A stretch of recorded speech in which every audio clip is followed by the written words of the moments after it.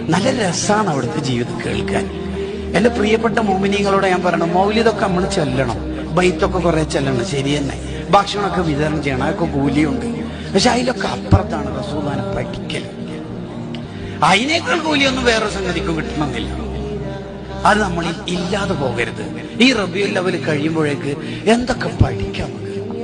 ഒരു ദിവസം ഞങ്ങളോട് നിസ്കാരം കഴിഞ്ഞപ്പോ സ്വഹാബത്ത് ചോദിക്കുന്നുണ്ട്, എന്താ നബി സുജൂദ് എത്ര ലോങ്ങാണ്? നമുക്കെല്ലാം എന്തെല്ലോ തോന്നിപ്പോയല്ലോ, തങ്ങൾക്ക് എന്തോ സംഭവിച്ചു പോയോ? അല്ല വഹിയാറ്റ് ഇറങ്ങിന?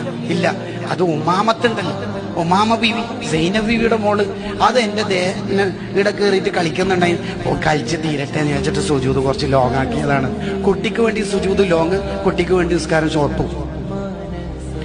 മൗലിദിന്റെ സദസ്സിൽ ഒരു കുട്ടി ചെറിയ ഡ്രസ്സ് ഇട്ടിട്ട് വന്നാൽ തന്നെ നമ്മളെ കൊലപളകും. എന്താ മഹബത്ത് അല്ലേ?